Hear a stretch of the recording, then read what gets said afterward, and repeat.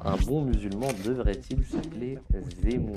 C'est le titre de cette émission. La structure de la valve du porc et de l'homme sont extrêmement proches. Si vous voulez vraiment détruire l'avenir d'un enfant, donnez-lui un téléphone. Le plus tôt possible.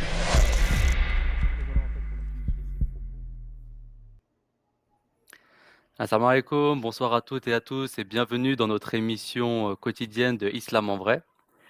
Aujourd'hui, nous allons traiter, comme vous l'avez vu dans les précédentes émissions, concernant la vie du prophète Mohammed sallallahu alayhi wa sallam. On essaie de revenir un peu sur toutes les diffamations qui sont faites à son encontre, ainsi qu'au calife, ainsi qu'aux compagnons qui étaient avec lui, ainsi que ses femmes tout au long de son histoire. On essaie de revenir un peu dessus justement pour apporter une touche de vérité. Alors ce soir, pour m'accompagner, donc il y aura Monsieur Omar Sahib. Assalamu alaikum. Wa alaykoum salam wa rahmatullahi ta'ala wa barakatuhu. Vous allez bien? Ça va, alhamdulillah, vous-même. Alhamdulillah. Alors, on va peut-être avoir aussi Moulabi Saïb qui nous fera l'honneur de nous rejoindre tout à l'heure. Mais sans plus attendre, on va commencer cette émission concernant une rumeur qui avait fait pas mal parler aussi à l'époque et que souvent on revient aussi assez dessus, où on attaque l'islam avec ce sujet-là. C'est concernant le sujet de Aïcha. Alors pas concernant son âge, là, ça sera concernant une autre rumeur qui la touche. Alors justement, je voulais vous poser cette question: quel était le complot réel sur Aïcha et quel était l'impact concernant ce complot et cette rumeur? C'était un, c'est un grand complot qui avait pour but de vraiment déstabiliser le gouvernement islamique naissant, puisque Aïcha, radhiyallahu ta'ala anha, elle est proche du Saint-Prophète sallallahu alayhi wa sallam en tant que son épouse, et en même temps, elle est très proche aussi du fidèle compagnon du Saint-Prophète sallallahu alayhi wa sallam, qui était le proche du Saint-Prophète sallallahu alayhi wa sallam, à savoir Abu Bakr, radhiyallahu ta'ala anhu, puisque c'était la fille de Hazrat Abu Bakr Siddiq, radhiyallahu ta'ala anhu. Or, en attaquant l'honneur de Aïcha, radhiyallahu ta'ala anhu, on touchait directement à l'honneur du Saint-Prophète sallallahu alayhi wa sallam et à l'honneur d'Abu Bakr Siddiq, radhiyallahu ta'ala anhu. Donc c'était vraiment un complot qui avait pour but de saper les fondements de l'Empire islamique naissant. Donc, et c'était quelque chose qui était vraiment tellement dur à supporter pour le Saint-Prophète, qu'on dit même que, avant de rentrer dans un peu les sentiments de son Saint-Prophète, comment il a vécu ça, il faut revenir sur la rumeur en elle-même, parce que peut-être que tout le monde n'est pas au courant de ce dont il Oui. s'agit. Il faut savoir que Hazrat Aïcha, radhiyallahu anha, elle était partie à une expédition avec le Saint-Prophète, parce que c'était la coutume du Saint-Prophète de choisir toujours parmi ses épouses, en faisant un tirage au sort, celle qui l'accompagnerait pour partir à une des expéditions qu'il avait l'habitude de mener. Et donc, pour cette expédition-là, le sort est tombé sur Hazrat Aïcha, radhiyallahu anha. Et lorsque ils sont revenus justement de cette expédition, Hazrat Aïcha, radhiyallahu anha, elle s'est rendue compte qu'elle avait perdu un collier. Et donc, elle a été chercher ce collier. Et quand elle est revenue, eh bien, la caravane du Saint-Prophète sallam et donc les compagnons sallam qui y avait accompagné le Saint-Prophète sallam, toute la délégation là est repartie vers Médine. Et après, on peut se dire, mais comment ça se fait qu'ils sont partis sans Hazrat Aïcha, Ouais, sans là, radhiyallahu anha. exactement. Mais en fait, ce qui s'est passé, c'est qu'à l'époque, les femmes étaient très menues. C'était pas comme aujourd'hui, ils déjà mangeaient très peu. Et les musulmans à cette époque-là n'étaient pas très très riches. Et le palanquin, elle était venue en palanquin. Et lorsqu'elle est partie chercher son collier, et lorsqu'ils ont soulevé le palanquin, qu'elle soit à l'intérieur ou pas, vu qu'elle était très fine, ça ne faisait pas vraiment de différence. Donc les gens qui l'ont transportée pensant qu'elle était dans le palanquin sont partis en la laissant comme ça. Et donc, quand Aïcha, radhiyallahu ta'ala anha, elle est revenue et qu'elle a vu l'expédition partir et qu'elle ne pouvait plus la rattraper, eh bien, elle s'est dit, je vais attendre, il y aura certainement quelqu'un qui va venir pour, parce que bon, souvent dans ce genre d'expédition, il y avait des personnes qui restaient à l'arrière pour s'assurer que rien n'avait été perdu. Et Hazrat Aïcha, radhiyallahu ta'ala anha, elle s'est assoupie comme ça. Et il y a un compagnon de qui s'appelle Safwan, radhiyallahu ta'ala anhu, qui est venu. Et comme lui, il avait connu Hazrat Aïcha, radhiyallahu ta'ala anha, avant que l'enseignement sur le port du voile avait été révélé, il l'a reconnue. Et elle était allongée et assoupie. Et il a cru qu'elle était morte. Alors il a dit Inna lillahi wa inna ilayhi raji'un. Et elle a entendu ça. Et dès qu'elle a entendu ça, elle s'est levée, elle a mis son perda Et ensuite, lui, il n'a rien dit d'autre de plus que ce Hmm. elle s'est levée et il l'a fait s'asseoir sur son cheval et il est rentré avec elle à Médine. Et c'est là que Abdullah ibn Ubay ibn Saloul, qui était le chef des hypocrites, il a lancé la calomnie, la grave calomnie, en disant que, Aïcha, Aïcha. elle avait trahi le saint prophète sallallahu alayhi wa sallam. Et donc, il a porté une accusation grave et sur Hazrat Aïcha et sur Safwan. Et donc, il faut savoir que Hazrat Aïcha, quand elle est restée en arrière comme c'était une situation très périlleuse pour elle, où ça l'a traumatisée, parce qu'elle est restée seule au milieu de nulle part, et elle avait peur, et ça l'a même rendu malade. Et quand elle est venue à Médine, elle est restée un peu cloisonnée dans sa maison pendant un certain temps, tant et si bien qu'elle ne savait même pas ce qui se disait autour d'elle. Jusqu'au jour où une de ses amies a commencé à insulter une des personnes qui propageait justement cette rumeur. Parce qu'il faut savoir que la rumeur, elle a été lancée par Abdullah ibn Ubay ibn Saloul, mais elle a été aussi relayée par même des compagnons sincères du Saint-Prophète, des gens qui étaient des Tout à simples fait. d'esprit et qui n'ont pas fait justement, qui n'ont pas fait attention et qui n'ont vu que les apparences pour ensuite propager quelque chose dont ils n'avaient aucune connaissance et aucune sorte de preuve.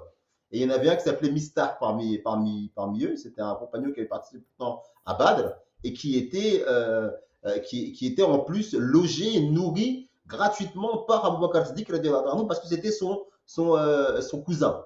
Et bien même lui et Hassan ibn Thabit, un compagnon, un poète du Saint-Prophète sallam, lui aussi est rentré dans la calomnie. Et ce qui était difficile, et c'est là qu'on rentre dans comment ça a été vécu par le Saint-Prophète sallam et ses compagnons, c'est que pendant toute cette période, qui a duré quand même pendant un mois, le Saint-Prophète sallam ne reçut aucune révélation sur cette affaire-là. Donc lui-même, il était perturbé. Lui-même était déstabilisé. Il était tant et si bien déstabilisé que il a un jour convoqué, comment il s'appelle, Oussama ibn Zaïd, qui était le fils de son fils adoptif, et Ali ibn Thabit, qui est donc qui était son gendre et son cousin aussi, et il leur a dit qu'est-ce que vous pensez de Hazrat Aïcha anha. Et Ali, lui, il a dit Ya Rasulullah, pourquoi vous vous perturbez? Allah, il vous a donné la possibilité de vous marier avec il y a plusieurs autres femmes que Hazrat Aïcha. Mais Osama ibn Zaïd dit non, franchement, Hazrat Aïcha, c'est une femme pieuse, vertueuse. Hmm. Ne vous séparez pas de votre femme, c'est tout ce qui est dit là, c'est faux. Et après, Ali, il a donné un conseil au Saint-Prophète, il a dit Ya Rasulullah, demandez aux femmes qui connaissent bien Hazrat Aïcha ce qu'elles pensent d'elle. Et il y a une servante à qui il a posé la question, qui lui a dit en vérité, Aïcha est une fille bien. La seule faiblesse que je connais d'elle, c'est que comme elle est jeune d'âge, des fois elle commence à cuisiner et elle finit par s'endormir. Et donc elle néglige un peu ça, ce genre de tâches. Mais sinon, à part ça, je n'ai rien vu de mal de cette personne-là. Donc il a recueilli quelques témoignages comme ça, même de Zainab ibn Jahash, Hmm. qui était aussi la cousine de mais qui était aussi une des femmes de qui était, on va dire, en termes de jeunesse, l'égale de Aïcha, même les deux qui se jalousaient, parce qu'elles étaient parmi les plus jeunes. Ok. Et Aïcha, qui raconte en fait ce que je suis en train de vous dire là, elle dit que comme c'était ma rivale principale, parce qu'il y a toujours une petite rivalité, c'est pas quelque chose de méchant, mais entre des femmes d'un certain âge, surtout quand elles sont mariées avec le même homme, elle dit qu'elle aurait pu profiter de cette occasion pour l'enfoncer, mais elle a dit moi, je n'ai rien vu de mal sur Hazrat Aïcha. C'est une femme généreuse, vertueuse, qui est intègre. Et donc le Saint-Prophète, fort de tous ces témoignages, sachant qu'on ne peut pas dire que c'est pas le Prophète il doutait de Hazrat Aïcha, c'est pas ça Ouais, la question. c'est ce que j'allais vous poser. Ce qui le perturbait, c'était que pendant un mois, ils n'ont reçu aucune information de la part d'Allah à ce Hmm. sujet-là. Et le Saint-Prophète, il ne fait rien par lui-même, c'est qu'on le dit. Il ne dit pas les choses de par ses passions. C'est Allah qui le guide. Donc, dans cet état de stress, on va dire, il se dirigea à la mosquée de Médine et il dit, en réunissant ses compagnons, on m'a causé un grand chagrin concernant ma famille. Y a-t-il quelqu'un parmi vous qui puisse mettre fin à cela? Je vous dire à quel point le Saint-Prophète sallam il était perturbé. Parce que et là, il s'est juste enquéri pour raffermir déjà ses bons a priori par rapport à sa femme. Il a fait une investigation des buts objectifs. Fort de cela, il est parti voir ses compagnons et leur a dit voilà la situation. Et parmi ceux, c'était les Aus et les Khazraj. Et on savait que, je crois que Abdullah ibn Ubay ibn Saloul faisait partie de la tribu des Khazraj. Et regardez à quel point c'était une grande fitna. C'est quand il a dit ça, il y a le chef des Aus qui a dit si c'est quelqu'un des Aus qui a fait cela, nous n'hésiterons pas à nous débarrasser de lui. Si c'est quelqu'un des Khazraj qui a fait cela, là aussi, nous n'hésiterons pas à nous débarrasser de lui. Et là, le chef des Khazraj, il a été piqué dans son orgueil, il a dit non, tu as menti, c'est pas possible. Tu ne feras jamais cela. Tu es un hypocrite, pourquoi tu dis ça? Parce qu'il savait, celui des Aus, que c'était Gabriel de Zubayr, de Saloul, il était dans les Khazraj. Donc, il y a eu une fitna qui est sortie au point où des compagnons sincères ont failli même en venir en main entre eux. Après, le Saint-Prophète il les a un peu calmés et il est parti. Ils en sont restés là. Il n'y a pas eu de tension supplémentaire. Mais la situation était vraiment tendue. Ça veut dire que la calomnie, elle était en train de marcher. Le Saint-Prophète était perturbé. Les compagnons du Saint-Prophète commençaient à être divisés entre eux. Aïcha, elle était tombée malade. Et il faut savoir que lorsqu'elle a appris que cette calomnie, elle était sur elle, elle ne cessait de pleurer. On disait qu'elle ne dormait pas la nuit, elle ne faisait que se pleurer, se réveiller le lendemain en pleurant également. Et un jour, après un mois, le Saint-Prophète Mohammed il s'est présenté dans la maison d'Abu Bakr, parce que Aïcha, quand elle a su que la calomnie, elle avait été lancée contre elle, et parce qu'elle avait vu aussi que le Saint-Prophète n'était plus aussi... il avait commencé à être un peu distant vis-à-vis d'elle, et bien, et qu'elle a vu surtout que, alors qu'elle était malade, le Saint-Prophète, quand elle était malade, il était vraiment particulièrement attentionné, alors que là, cette fois, dans son état, malgré son état, le Saint-Prophète n'était pas dans les mêmes dispositions que d'habitude. Et donc, elle avait demandé la permission au Saint-Prophète de partir temporairement chez ses parents. Le Saint-Prophète lui a donné la permission, et après un mois, il est parti la voir. Et il s'est assis auprès d'elle et il a commencé à lui dire si jamais tu as péché, Allah il le rappelle déjà et que tu avoues ton péché, Allah subhanahu wa ta'ala, il pardonne les péchés de ceux surtout qui confessent leurs péchés. Et après Hazrat Aïcha elle rapporte, elle dit que ses larmes elles se sont arrêtées d'un seul coup. Elle a dit à ses parents répondez pour moi à Rasulullah sallallahu alayhi wa sallam. Après, ses parents disent, mais qu'est-ce qu'on peut dire? Quand même. Ni sa mère, ni son père, ils ne savaient pas quoi dire. Après, elle rapporte, elle dit, j'étais jeune à cette époque-là et je ne connaissais pas beaucoup le Saint-Coran, mais la réponse que j'ai donnée, j'ai dit, si maintenant je vous dis que j'ai commis ce que j'ai commis, j'ai commis ce que les gens disent que j'ai commis, alors vous me croirez alors que je serai en train de mentir. Et si je vous dis que je suis innocente, il y aura toujours un doute. Et elle a dit, et c'est pour ça que je m'en tiendrai à la parole de Jacob alayhi salatu wassalam, par rapport à Joseph alayhi salatu wassalam, quand il disait le verset coranique par rapport à la patience. Il dit et je m'en tiens à la patience, et je sais que mon Seigneur m'exaucera. Enfin, je paraphrase, mais c'est l'état dans lequel Jacob était, cet état de désemparement, où il était en même temps triste, et il était en train de se lamenter par rapport à la perte de Joseph. En même temps, il avait la certitude que Joseph finirait par venir. Et il a dit cette phrase que la patience est la meilleure des compagnes dans cette situation-là. Dans cette situation-là.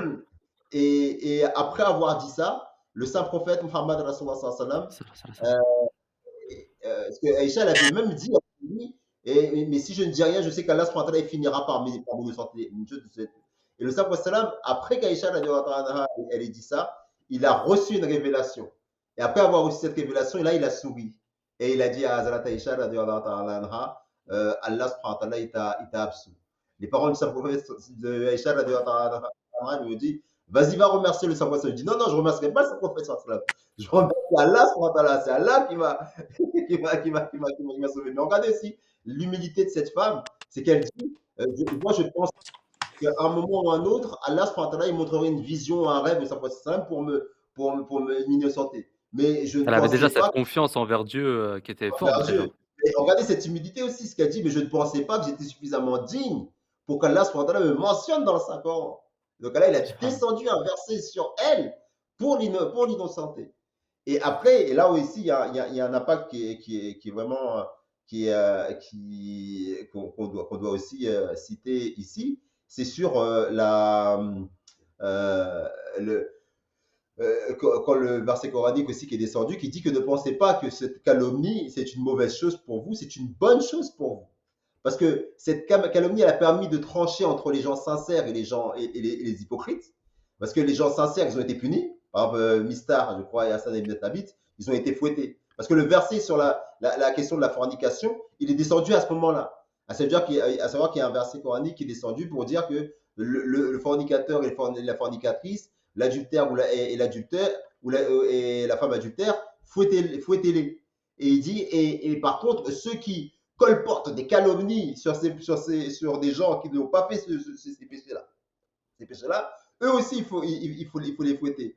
Donc, avec justement cet épisode, Allah il a révélé justement des enseignements stricts pour protéger justement la société islamique de la calomnie et justement du mensonge et de la perversité de tels actes. Donc, c'est pour ça qu'Allah il dit que ne pensez pas que c'était une mauvaise chose pour vous. Certes, l'impact il était douloureux, était difficile à vivre pour la famille du Saint-Prophète en particulier. Il y a des tensions au sein de la communauté musulmane. Il y a eu pratiquement même des scissions qui ont failli apparaître. Mais au bout du compte, la sagesse divine a fait en sorte que ça a renforcé la communauté et ça a mis des bases solides pour éviter justement de colporter des calomnies en mettant sur le même plan de gravité et la calomnie, la diffamation vis-à-vis des personnes qui auraient commis un tel acte, et en même temps la gravité de l'acte en lui-même. Jazakallah, en tout cas pour nous avoir donné toutes ces informations. C'est vrai qu'on ne se rend pas compte, mais la puissance déjà qu'ils avaient à cette époque, que ce soit les femmes du prophète sallam ou les femmes des compagnons, même les compagnons, la foi qu'ils avaient envers Dieu et qui savaient que voilà, ils n'avaient pas menti et que tôt ou tard, la vérité allait finir par arriver. Franchement, c'est un bel exemple que Aïcha nous a donné sur ça. Alors justement, de ce qu'on avait vu déjà la semaine dernière et même les semaines précédentes, donc c'était concernant la bataille d'Uhud. Donc on avait vu pas mal de choses concernant cette bataille-là, concernant aussi les pertes. Ah ben, on a Mourab Saïb qui nous a rejoint. Salam alaikum. Ah, mashallah. Là, Vous nous entendez bien? excusez-moi de retard. On vient juste de finir la question sur Aïcha. Après, on peut peut-être revenir sur ça pour voir peut-être que mon Abissab, il a des C'est points ça. qu'il Est-ce veut que rajouter. j'allais dire, est-ce que vous avez quelque chose à rajouter, mais vous n'avez pas dû entendre la réponse. Mais si vous avez des Non, précisions en si, plus à nous donner. non, si, j'ai écouté la dernière partie de ce que Omar Saïb a dit, une bonne partie, et alhamdoulilah, c'est complet. Jazakallah. Monsieur Omar, vous avez été complet sur cette réponse. Ok. Alors justement, je disais qu'on avait vu les semaines précédentes concernant la bataille d'Uhud, donc on avait vu avec les musulmans contre les Quraysh, avec la perte de Hamza, etc., l'histoire des Yarchi, si je dis pas de bêtises aussi. Et donc justement, après cette bataille, j'aimerais qu'on revienne justement, qu'est-ce qui s'est passé justement après cette bataille et le retour des musulmans à Médine? Dans quel état d'esprit ils étaient? Qu'est-ce qui s'est passé pour eux, etc. En fait, après la bataille de Uhud, les musulmans, certainement, ils étaient un peu déçus parce que ils n'ont pas eu la victoire qu'ils voulaient vraiment. Et de plus, le saint prophète, sallallahu alayhi wa sallam, avait perdu plus de 60, et les autres musulmans aussi, certainement, avaient perdu plus de 70 de leurs compagnons. Certainement, ça c'est une très grande perte. Même le saint prophète, sallallahu alayhi wa sallam, il avait perdu des proches comme Hazrat Hamza, Radiallahu ta'ala anhu, et d'autres des gens qui étaient dans sa proche famille. Donc, certainement, une période très difficile, très douloureuse pour les musulmans. Mais ce qui a fait, qui a rendu ce état encore plus grave, c'est que les non-musulmans, surtout les juifs de la Médine, ils ont, ils se sont, ils sont devenus plus orgueilleux. Ils se sont montrés un peu plus, ils ont montré leur animosité envers les musulmans un peu plus, euh, comment dire, euh, Ils étaient plus durs envers eux? oui, eux-mêmes, ils se sentaient un peu plus plus de confiance. C'est-à-dire, ils pensaient que Mmh. maintenant, les musulmans, ils sont devenus faibles et on peut faire ce qu'on veut contre eux. Donc, c'est pour ça qu'on voit que le troisième euh, partie des Juifs, la troisième tribu des Juifs, certainement, notamment Banu Nazir, a trahi les musulmans. C'est-à-dire, pendant la bataille de Uhud, après la bataille de Uhud, ils ont même menacé les musulmans et ils ont brisé la corde avec le saint prophète, sallallahu alayhi wa sallam, lequel le saint prophète sallallahu alayhi wa sallam l'avait fait avec eux lorsqu'il est arrivé euh, il était arrivé à Médine. Donc, et puis ils ont essayé d'assassiner, on a vu tout ça dans l'émission précédente. Donc, ils avaient essayé d'assassiner le saint prophète sallallahu alayhi wa sallam, et en raison duquel le saint prophète sallallahu alayhi wa sallam a dû les exclure, c'est-à-dire renvoyer de la Médine. Donc, en fait, tout cela montre quelles étaient les difficultés que les musulmans avaient dû faire face et dans quelles difficultés ils étaient aussi après la bataille de Uhud. Oui, et surtout, faut se rappeler aussi que après Uhud, il y a eu, comme on l'a vu dans les émissions, l'épisode de Bir Mauna, il y a aussi Raji, où les musulmans étaient trompés par des tribus qui se faisaient passer pour des gens qui voulaient en savoir plus sur l'islam et qui profitaient justement qui utilisaient de sournoiserie, même de tromperie pour massacrer des musulmans qui venaient uniquement dans la fonction d'enseignant, pas pour la guerre, comme on l'a vu à Bir el Mauna, ou comme on l'a vu aussi avec l'épisode de l'Agi, où on a pris des prisonniers parmi les musulmans pour venger les pertes passées des Quraysh. Donc ça, on l'a vu dans les émissions précédentes. Et comme l'a dit Morabi Saheb, c'était pas simplement à l'extérieur que les Quraysh intriguaient et fomentaient des complots avec d'autres tribus, les incitant à user de stratagèmes sournois et vicieux. Mais c'était aussi à l'intérieur avec les Banu Nadir qui étaient entrés dans un certain orgueil, dans une certaine effronterie, où ils pensaient qu'ils allaient pouvoir créer une guerre civile au sein de Médine. Mais finalement, le Saint-Prophète sallam, avec toute son intelligence et sa perspicacité, il a réussi à déjouer ça en justement excluant les Banu Nadir, qui était l'une des trois tribus juives. Mais les Banu Nadir, quand ils ont été exclus par le Saint-Prophète sallam, bien qu'ils aient été simplement exclus alors qu'ils ont tenté d'assassiner le dirigeant de Médine, il faut se rappeler, et que malgré justement ce grave crime dont ils étaient coupables, Sam n'a pas pris des mesures radicales avec eux, comme on l'a dit, on le répète encore, c'était des nomades, donc les faire partir d'un oasis pour une autre, c'était pas en soi une grande punition. Et en plus, leur permettre de prendre tout ce qu'ils avaient à prendre pour partir avec un allié historique tel que Mohamed Ben Maslama, mais non content justement de ces traitements bienveillants, l'histoire nous rapporte que ce sont les Banu Nadir qui ont été derrière les complots qui ont mené à une coalition de toutes les tribus arabes sous le commandement des tribus Quraysh et qui ont finalement mené à la bataille de Khandak, la bataille du fossé. Donc c'est cette situation périlleuse dans laquelle étaient les musulmans.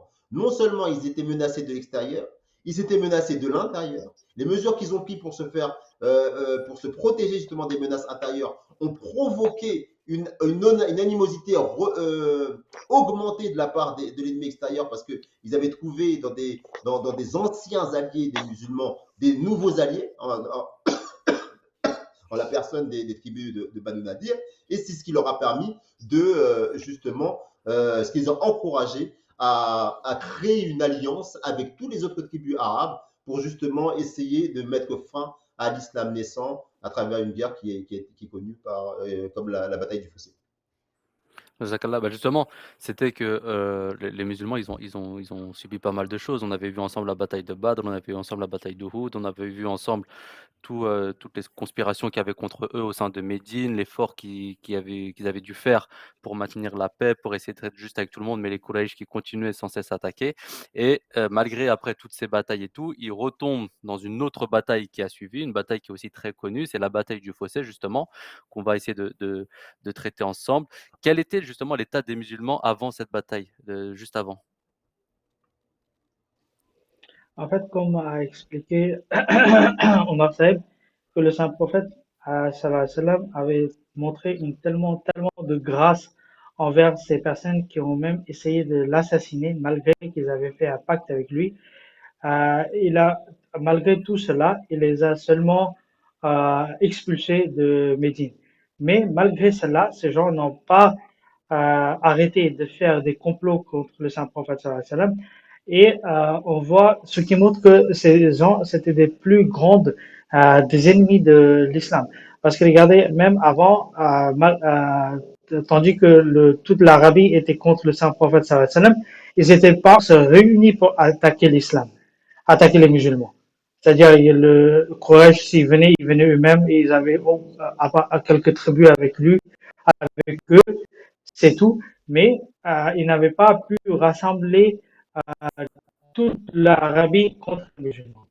Mais après cette expulsion de Nazir, et ils ont été expulsés et envoyés vers Najd, une autre part de la ils ont commencé à comploter et à rassembler les forces de toute l'Arabie contre les musulmans. Donc, il y a le nom des les chefs plus grands de juifs, comme Abel Hakik, bin Akhtab et Kanana bin Rabi, qui ont fait beaucoup des efforts à aller partout dans chaque tribu de l'Arabie et de inciter à faire la bataille contre les musulmans.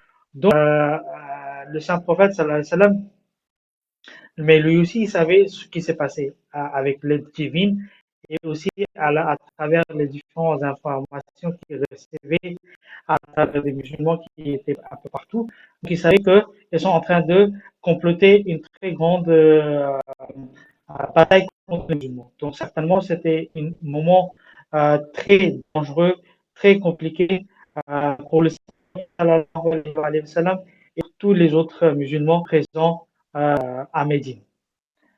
Donc, on voit que ces tribus ont rassemblé, on a un chiffre de 10 000 à 1000 personnes qui se sont rassemblées pour attaquer les musulmans. Regardez jusqu'à là, les deux plus grandes batailles que les musulmans ont subies étaient la bataille de Badr. Dans la bataille de Badr, il y avait 1000 personnes.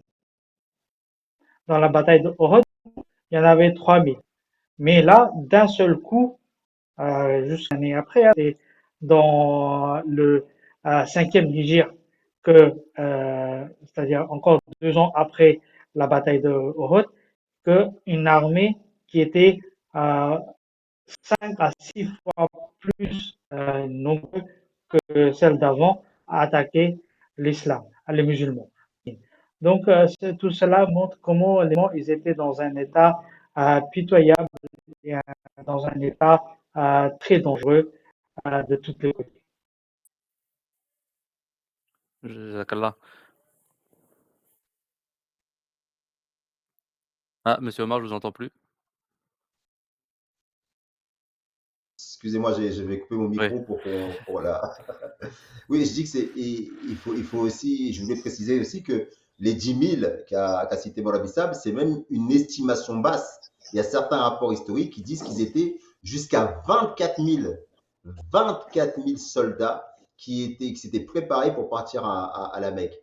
Et vu le nombre important de soldats qui partaient, eh bien, l'intelligence stratégique du Saint-Prophète sallam lui a permis d'anticiper justement, d'anticiper cette invasion et de commencer à la préparer. Mais malgré tout, même s'ils étaient au courant justement par justement le système d'intelligence qui avait été mis en place par le Saint-Prophète sallam, c'était une situation vraiment périlleuse et très précaire. Parce qu'il faut encore une fois se souvenir que ce sont des anciens amis de l'intérieur qui ont, eux, été rejoindre les rangs ennemis extérieurs, les Quraysh, et qui les ont aidés à unir toute une force pour mettre le coup de grâce à l'État musulman. Rappelez-vous qu'en plus de ça, dans la ville de Médine, vous aviez les hypocrites aussi. Et les hypocrites étaient aussi en relation avec les tribus juives qui avaient été exclues et les tribus juives qui restaient encore à l'intérieur, avec qui elles fomentaient des troubles pour rendre la vie du Saint-Prophète sallam et des compagnons le plus difficile qui soit. Entre la calomnie faite contre son épouse, il y a tout plein d'allégations, le mariage de Zainab avec Zaïd. Donc il y avait non seulement des persécutions violentes au niveau de la guerre, la bataille de Badr, la bataille de Uhud, mais il y avait aussi des pressions, des persécutions psychologiques, où le Saint-Prophète sallam et ses compagnons étaient toujours mis au défi, toujours challengés par les hypocrites et par les juifs de Médine, et si bien qu'ils devaient toujours être vigilants et à l'intérieur et aussi à l'extérieur, parce que comme on l'a vu avec Raji, je me répète encore, mais c'est très important, Ber et Maona, ils étaient constamment aussi trompés par ceux qui disaient oui, on s'intéresse à l'islam, alors qu'en fait ils étaient de connivence avec les Quraysh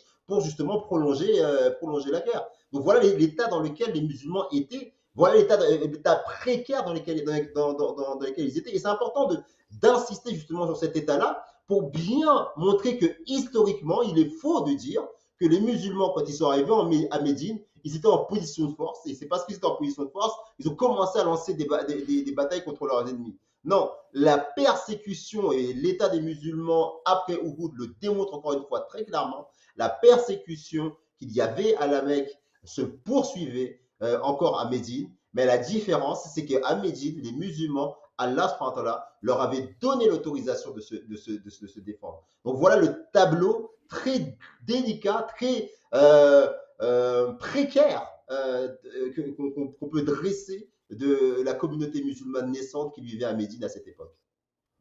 Et justement, c'est d'autant plus dur pour eux parce que si on revient sur ce que vous avez dit, enfin, il y avait la calomnie concernant son épouse Aïcha. Sur Uhud, il y avait la perte de son oncle qui était une personne de Hamza qui était très très fort. Et on avait vu ensemble que les Quraysh avaient beaucoup paniqué quand ils avaient su que Hamza avait rejoint le prophète sallallahu alayhi wa sallam lors de sa conversion. Donc là, la perte d'un très grand compagnon, sans compter le problème qu'il y avait eu, comme quoi ils avaient quitté la colline. Donc la mentalité des musulmans à ce moment-là était dure, surtout que là, comme vous venez de dire, il y a eu plus de monde qui allait les attaquer, donc entre 10 000 et 24 000, après avoir enchaîné 2 autres batailles. Donc on peut penser que le mental des musulmans à ce moment-là était très compliqué. Et justement, face à tout ça, comment ils ont fait pour se préparer justement à cette bataille? Puisque quoi qu'il arrive, ils devaient quand même combattre. Comment ils ont fait pour se préparer? Comment les musulmans, ils ont fait pour se préparer et pour attendre leurs ennemis concernant cette bataille du fossé? Eh bien, en fait, il faut savoir que Médine était protégée naturellement sur 3 parties. Elle était protégée par soit les montagnes ou un ensemble d'habitations faites dans le dur qui faisait que des attaques surprises ne pouvaient pas être lancées d'après ces 3 parties. Mais il y avait un endroit de Médine qui était à couvert. Et le Saint-Prophète sallallahu alayhi wa sallam en avait bien conscience. Et donc il a fait une shura, il a consulté ses compagnons pour savoir comment faire pour protéger cet endroit-là. Et c'est là qu'il y a l'épisode du fameux Salman al-Farsi, Salman le Perse, qui lui-même été un non-arabe, et il a dit que les Perses avaient l'habitude de créer des fossés, ou des tranchées en fait, pour pouvoir se protéger contre les invasions extérieures. Et donc là, il a donné cette idée au Sam qu'il a trouvé complètement pertinente. Et donc là, il a donné l'ordre à ses compagnons de creuser des tranchées sur plusieurs milliers de mètres pour protéger justement cet endroit-là. Et ça a été une idée lumineuse et très ingénieuse, mais en même temps, ça n'a fait que affaiblir d'autant plus les musulmans, parce que il faut savoir que les musulmans vivaient de ce qu'ils cultivaient, de la terre, de ce qu'ils mangeaient, ou des fruits du commerce. Mais cette préparation à cette invasion, eh bien, faisait qu'ils devaient tout négliger, tout sacrifier, commerce, cultiver le champ, pour justement creuser ces fossés. Et c'est pour ça que dans ces conditions-là, il leur arrivait de ne pas manger pendant des jours. Et donc, que ce soit le saint prophète Mohammed ou ses compagnons, ils étaient dans une situation des plus vraiment déplorables. Tant et si bien qu'il y a des rapports qui disent que le saint prophète il était dans une situation, le chef de Médine quand même, hein, il était dans une situation de faim extrême. Dans une situation de faim extrême, liée justement à cette préparation justement des tranchées, où tous les musulmans avaient abandonné leur commerce, leur terre, pour justement préparer le côté de la ville de Médine qui était justement vulnérable contre les invasions ennemies. Je ne sais pas si en régie, ils ont pu faire apparaître la référence que vous venez de donner sur le Sahih d'Al-Bukhari concernant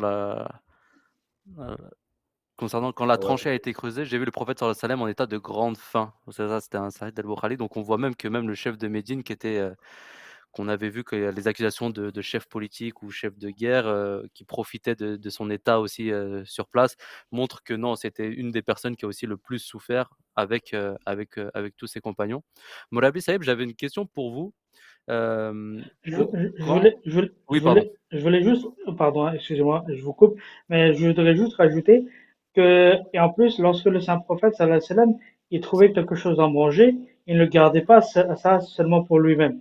C'est-à-dire, malgré qu'il avait autant de faim, malgré qu'il était dans un tel état, dès qu'il y avait quelque chose à manger, il le partageait avec tout le monde qui était présent. Donc, on retrouve une histoire qu'un compagnon, lorsqu'il a vu tel état du saint prophète, sallallahu alayhi wa sallam, il est rentré chez lui et il a demandé à sa femme, est-ce qu'on a quelque chose à manger parce que le prophète d'Allah, il est dans un tel état de faim. Donc elle a dit oui, j'ai quelques viandes, un peu de viande et un peu de farine. Je peux faire quelque chose à manger. Mais aïe, et dit seulement invite seulement le saint prophète. Elle a dit comme ça, elle a dit spécifiquement, appelle seulement le saint prophète pour venir manger. Donc, ce compagnon, il est parti. Il a dit au prophète d'Allah, j'ai préparé quelque chose à manger. Il a dit comme ça, c'est-à-dire en secret comme ça, au prophète d'Allah, j'ai préparé quelque chose à manger. Venez manger avec moi. Mais il n'a pas dit tout seul. Mais comme il avait dit comme ça secrètement, il a pensé que peut-être que le saint prophète, ça le comprendra. Mais le saint prophète, au lieu d'aller tout seul, il a fait un annonce tout de suite. Il a dit aux gens, tel et tel compagnon, il a préparé à manger, il nous invite à manger. Venez. Et il y a tout le monde qui était en train de travailler est parti avec le saint prophète. Et ce compagnon, il s'est mis en panique. Il a dit, j'ai pas préparé autant, j'ai fait il y avait que quelque chose à manger, c'est-à-dire il y avait peu de choses à manger que ce qui aura suffi pour vous et moi. Donc, comment c'est possible? Donc, il a parlé au saint prophète, sallallahu alayhi wa sallam, de cela, et le saint prophète, sallallahu alayhi wa sallam, il a dit, ne t'inquiète pas. Malgré qu'il a entendu qu'il n'y avait pas assez, malgré cela, il n'a pas interdit des gens de ne pas venir. Au contraire, il a dit, ne vous inquiétez pas, on va prier et Inch'Allah, ça suffira pour tout le monde. Donc, effectivement, lorsqu'ils ont parti, tout le monde a mangé suffisamment pour regagner un peu de force pour continuer à travailler. Et en plus, c'était une époque de très froid lorsque cette bataille a eu lieu. Donc, vous savez, lorsqu'il fait très froid, c'est très dur de travailler. Les mains sont gelées. Le sol, il devient très dur parce que pour faire creuser la fossée, il faut le creuser. Mais dans l'hiver, même le sol il devient très dur. Et donc, ils ont fait tout ça à la main. Et donc, tout cela montre qu'ils étaient dans un état de tellement détresse et tellement de difficultés. Jazakallah. Merci pour ces précisions. Et alors justement, je revenais sur ma question. Donc c'était concernant, alors pour l'instant qui creusait le fossé, il y a un miracle qui s'est passé justement avec un rocher. Donc j'aimerais que vous nous en parliez un peu de qu'est-ce qui s'est passé justement avec le rocher et quelle était la signification de ce miracle. Euh, Oui, en fait, pardon, allez-y. non, allez-y. Non, non, allez-y, moi, c'est bon. Allez-y, Non, est-ce que vous posez la question à vous, je crois. Mais est-ce que vous allez-y. voulez? Moi, Allez-y. j'avais posé la Non, non. question au début à Moulay Saïf, mais Ok, c'est comme vous voulez. d'accord, le miracle Non, du non. rocher. Oui, allez-y, vous savez. Bien, le miracle du rocher, c'est vraiment un miracle. Et là, c'est une vision en fait qui est apparue. Parce que le saint prophète Mohammed sallam, comme il vous a dit, Ah, ils avaient commencé à construire les tranchées, à creuser les tranchées, alors qu'ils étaient dans un état de situation de faim extrême, que ce soit le saint prophète sallam. Imaginez-vous, si le dirigeant de Médine était dans une situation de faim extrême, quand devait-il être, du reste, tout le monde était dans une situation vraiment très compliquée. Et arrive à un moment donné, malgré tout, il travaillait d'arrache-pied. Et même d'ailleurs, on rapporte qu'il y a eu pas mal de poèmes qui étaient récités pour raviver la foi. Et malgré tout, grâce à leur foi en Allah et à leur spiritualité, ils continuent à travailler. Mais ils sont arrivés sur un rocher à un moment donné. Ils ont tapé pour essayer de le casser, mais ils ont essayé tout de faire leur possible pour le casser, ce rocher, mais ils n'y arrivaient pas. Tant et si bien qu'ils ont dit on va aller voir le saint on va lui soumettre justement cette, euh, cette situation. Et là, il y a Rasulullah sallam, il est venu et lorsqu'il a frappé sur le rocher, il y a une première étincelle qui est apparue. Et c'est là qu'il dit Allahu Akbar, Allah m'a donné les clés. Là, je vais dire dans le désordre. Hein. Il dit Allah m'a donné les clés de la Syrie. Bref, il a frappé une deuxième. Et là, le rocher il a commencé à se casser. Et il a frappé une deuxième fois, une deuxième étincelle qui a surgi. Et le rocher il s'est cassé encore plus. Et il a dit ah, Allah Akbar, Allah m'a donné les clés de l'Empire perse. Et la troisième fois, il a complètement cassé le rocher. Là, il dit Allah Akbar, Allah m'a donné le Yémen. Et là, les compagnons sans ça, ils étaient tous euphoriques, ils étaient joyeux. Et on voit que, alors qu'ils étaient dans. Et les hypocrites, on rapporte à cette époque-là, ils disaient mais regardez, ces gens-là, ils ont même pas ils ont à peine la possibilité de se défendre contre leurs propres compatriotes et que là, ils sont en train de rêver de la Perse et de Byzance. Donc, ils se moquaient d'eux. Mais on voit qu'il y a une grande sagesse justement dans ce qui s'est passé. C'est que non seulement c'était véridique, mais c'est en même temps comment Allah, il est proche de sa communauté. Ça veut dire qu'à un moment de grand trouble, à un moment de grand danger, d'une situation véritablement où l'islam il se bat pour sa survie, Allah il donne des nouvelles de l'avenir, il donne des prophéties à son prophète pour raviver les cœurs, pour les encourager dans la résilience et à espérer justement en la faveur d'Allah. Et on voit bien, regardez l'équilibre qu'Allah il a produit justement pendant cet épisode vraiment terrifiant de Khandak, où il y a des versets coraniques qui disent, et je vais en citer un, pour vous donner l'état dans lequel les musulmans étaient, parce que là, on va rentrer dans la bataille en elle-même. Il faut se rappeler qu'il y a 24 000 mécréants qui viennent armés jusqu'aux dents et qui vont pour attaquer Médine. Donc, il y a les flèches qui partent de tous les sens. Et là, il dit, pour décrire cette situation, là, les croyants furent durement éprouvés et ils furent secoués d'une secousse violente. Il y a même des versets qui disent qu'il y en a même qui pensaient des fois aux pensées indignes d'Allah, où ils allaient presque jusqu'à désespérer. Donc, avant de vivre cet état de choc, cet état de terrifiant, cet état difficile qu'ils devaient faire face aux ennemis mécois et leurs alliés, Allah, il leur donne déjà à travers son prophète, Muhammad, les nouvelles que vous inquiétez pas, vous allez subir, vous allez souffrir, mais en fin de compte, c'est vous qui l'emporterez, non seulement contre justement vos ennemis d'aujourd'hui, mais ceux que vous ne connaissez pas, eux aussi, vous aurez la victoire sur ces gens-là. Et l'histoire l'a démontré. À l'époque de Omar, l'Empire perse est tombé. La Syrie même est tombée. Omar est parti il est parti jusqu'à Jérusalem. Il a prié à côté justement de l'église du patriarche. Donc on a vu à quel point non, que ce n'était pas seulement de vaines paroles. Ça a montré la véracité du saint prophète sallallahu alayhi wa sallam. Mais cet exemple, le moment pardon, qu'Allah il a choisi pour révéler ces choses-là à ses compagnons, à sa communauté, montre à quel point, encore une fois, là, il est bienveillant par rapport à la communauté des croyants. Il faut pas oublier de dire que ces empires-là, à l'époque du saint prophète sallallahu alayhi wa sallam, ils étaient en toute puissance. C'est pas Exactement. le Syrie qu'on a connu dernièrement ou le Yémen qu'on connaît actuellement, et cetera. Non, Même non, non, l'empire perse, c'était vraiment c'était vraiment des ben, puissances, c'était les deux plus grands empires, c'était les deux plus grands empires du monde connu de l'époque. L'empire perse et l'empire de Byzance, c'était l'équivalent de la Chine et les États-Unis. Parce qu'on ne connaissait pas encore les Amériques à cette époque-là. Et les plus grands empires que le monde connaissait, ceux qui étaient les plus puissants, c'était l'empire perse et l'empire Byzance, donc l'empire chrétien. Et de ces deux empires, le saint prophète sallallahu alayhi wa sallam, de la petite Médine de laquelle il était, où ils étaient en train de se battre pour leur survie, Allah lui a annoncé qu'il allait faire tomber ses empires pour l'amour de son messager, Rasulullah sallallahu alayhi wa sallam. c'est clair. Voilà, vous voulez rajouter quelque chose concernant cette prophétie et ce Non, miracle?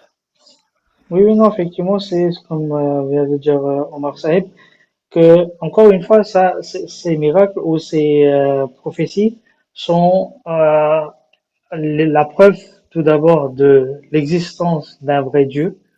Parce que qui aurait pu dire dans une telle état, lorsque les musulmans ils étaient quoi, dans 1 000 ou 2 000 personnes, et ils étaient attaqués par une armée qui était 10 fois plus grande que eux.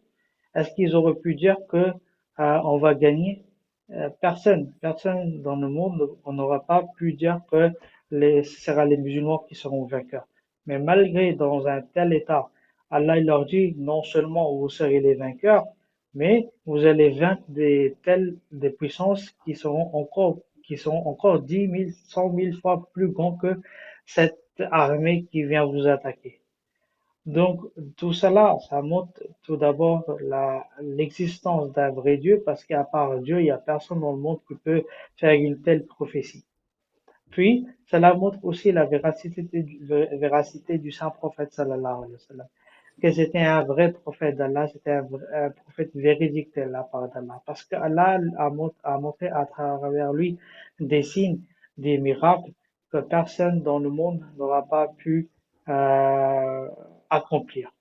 Cela me rappelle que le deuxième calife, il écrit dans un de ses livres, l'exégèse du Saint-Coran, Tafsir el-Kabir, il dit qu'il y a un écrivain français qui écrit que ce qui me étonne le plus au sein des musulmans, au sein du prophète, le prophète d'Islam et les gens qui l'entouraient, c'est que ils étaient que quelques personnes. Et on le voit assis dans une mosquée dont il y a même pas le toit n'est même pas le toit solide. C'est-à-dire le toit est fait à travers les branches des dattiers. Et ils sont assis dans cette mosquée, ils sont en train de parler, ils sont en train de chuchoter, ils sont en train de préparer quelque chose. Et lorsqu'on s'approche de eux et on écoute ce qu'ils sont en train de dire, ils sont en train de discuter comment ils vont vaincre les grands empires comme les Byzantins et les Perses.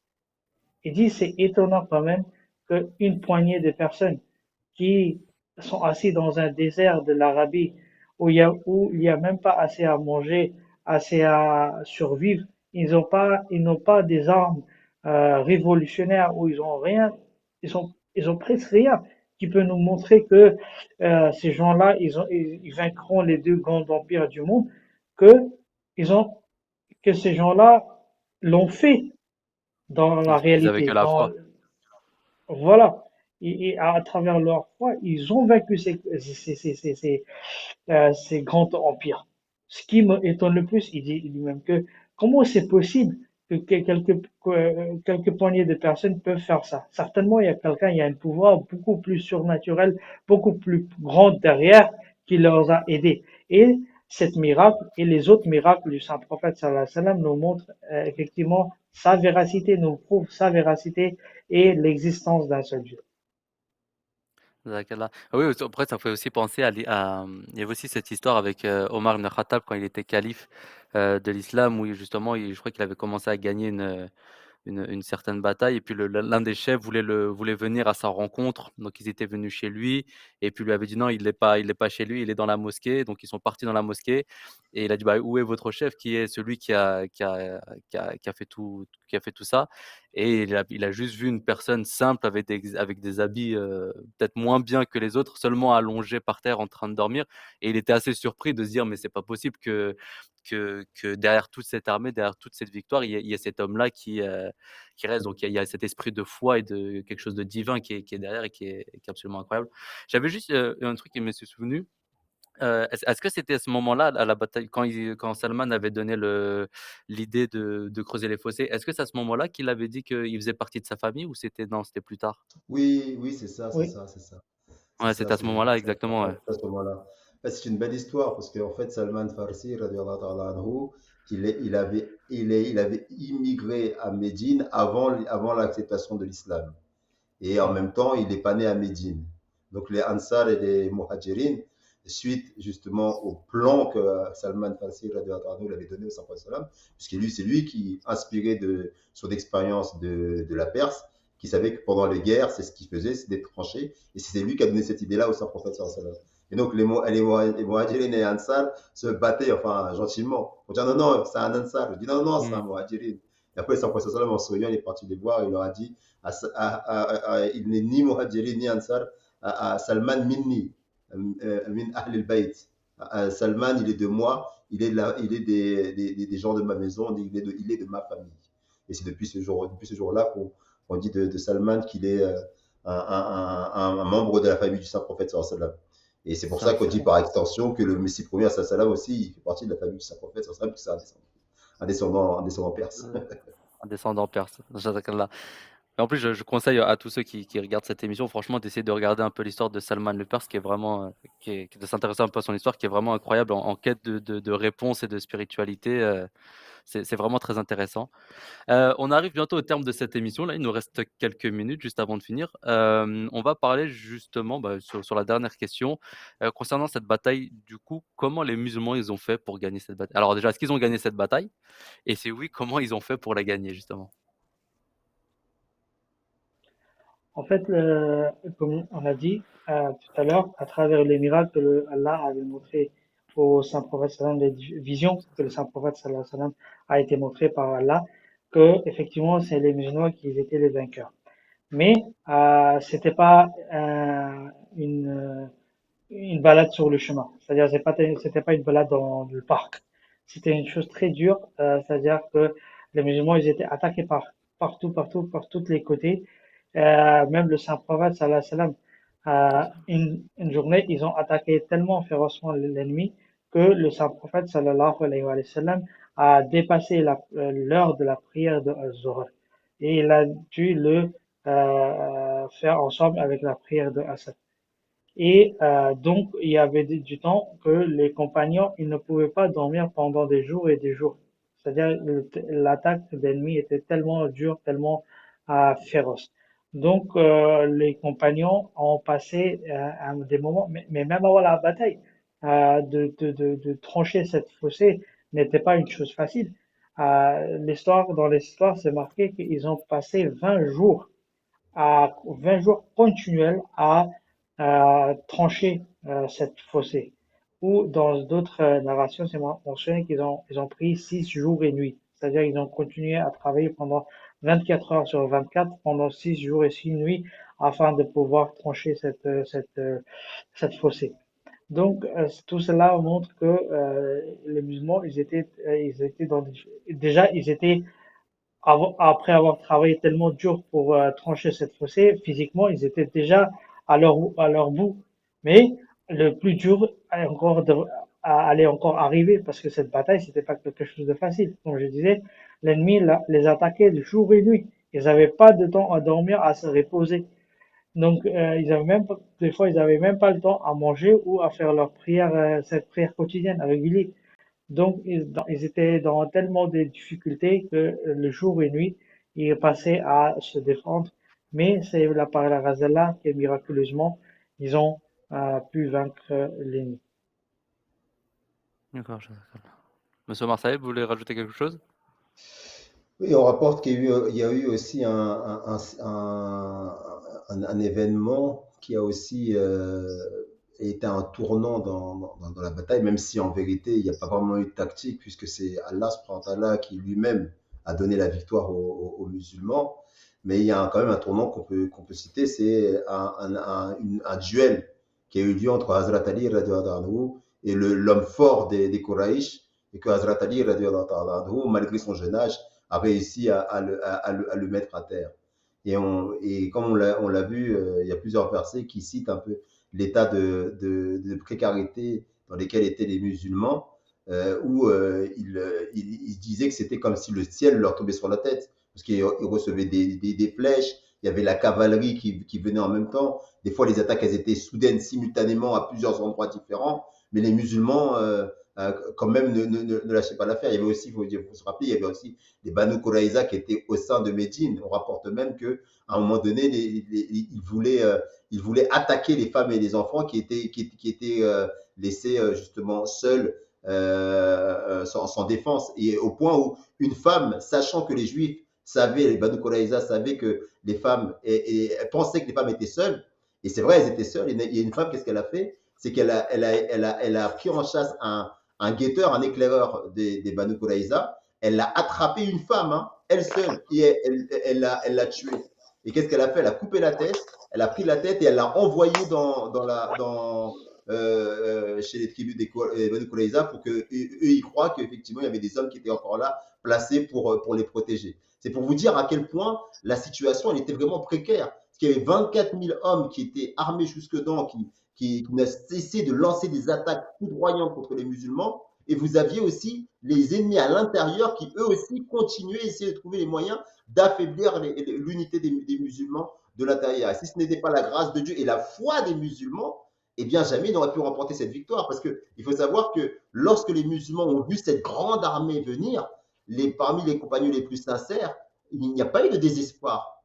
Tous disaient, Alhamdulillah, c'est ce qui nous a été promis par Allah et son prophète. Et la promesse de notre prophète, de la promesse d'Allah est vraie. Donc, plutôt que d'avoir peur, plutôt que de faire preuve de lâcheté, de couardise, quand ils ont vu justement cette armée, ils étaient animés justement de la conviction que les promesses d'Allah étaient véridiques et qu'elles s'étaient accomplies. Donc c'est fort de cette croyance, et c'est en ayant vu cette sincérité qu'Allah à un moment donné, au plus dur de la bataille, alors que les mécréants, alors qu'ils lançaient des attaques de plus en plus dures et que les musulmans étaient sur le point de plier, eh bien, il est arrivé un moment où toutes les tribus se sont découragées, et Allah il a envoyé un vent qui a mis sans dessus leur tente et toutes leurs vivres. Et comme c'était des gens très superstitieux, en voyant justement ces signes-là, ils ont pris peur. Et dans la nuit, ils ont quitté justement le champ de bataille, et ils ont laissé aux musulmans des vivres et du butin qui leur était tellement nécessaire après avoir vécu des semaines, voire des mois sous le siège justement des coalisés. Et c'est ainsi qu'en fait la victoire elle a été obtenue. On peut dire qu'en elle-même, la victoire de Khandak, c'est vraiment un signe de l'existence de Dieu, un signe de la présence divine, parce que face à une armée plusieurs fois plus importante, mieux armée, face à des ennemis intérieurs également, les musulmans ont quand même fini par avoir la victoire. Parce qu'ils n'ont jamais, au grand jamais, parmi les plus sincères en tous les cas, perdu espoir qu'Allah soit avec eux. Et effectivement, il a tenu sa promesse, il était avec eux. C'est comme ça qu'il leur a donné la victoire. Jazakallah, merci. On arrive justement au terme de cette émission. Ce qu'il faut retenir, je terminerai par là, c'est qu'il n'y a pas eu véritablement de tactique militaire, si ce n'est la démonstration de la certitude de l'aide divine de la part du prophète et de ses compagnons. Jazakallah. C'est une belle phrase de fin pour terminer ce- cette réponse-là. Je vous remercie à tous les deux, Mourabi Sahib et Monsieur Omar Sahib, d'avoir participé, d'avoir répondu aux questions. Jazakallah. Comme d'habitude, si toutefois vous avez toujours des questions à nous poser, n'oubliez pas qu'il y a notre live tous les dimanches. Donc, si vous avez vu cette émission et vous vous posez encore des questions, vous pouvez nous poser des questions via le live du dimanche soir. Et même si vous avez complètement d'autres questions, hein, vous êtes les bienvenus pour poser vos questions. On y répondra, il n'y a aucun souci. Et Jazakallah encore une fois. Et on se dit à la semaine prochaine pour la suite sur les calomnies qu'il y a eu sur le prophète sallam ou ses compagnons. On essaiera d'y répondre du mieux qu'on pourra. Inch'Allah. Assalamu alaikum wa rahmatullahi wa barakatuh. Wa alaykoum salam wa rahmatullahi wa barakatuh. Un bon musulman devrait-il s'appeler Zemmour? C'est le titre de cette émission. La structure de la valve du porc et de l'homme sont extrêmement proches. Si vous voulez vraiment détruire l'avenir d'un enfant, donnez-lui un téléphone. Le plus tôt possible.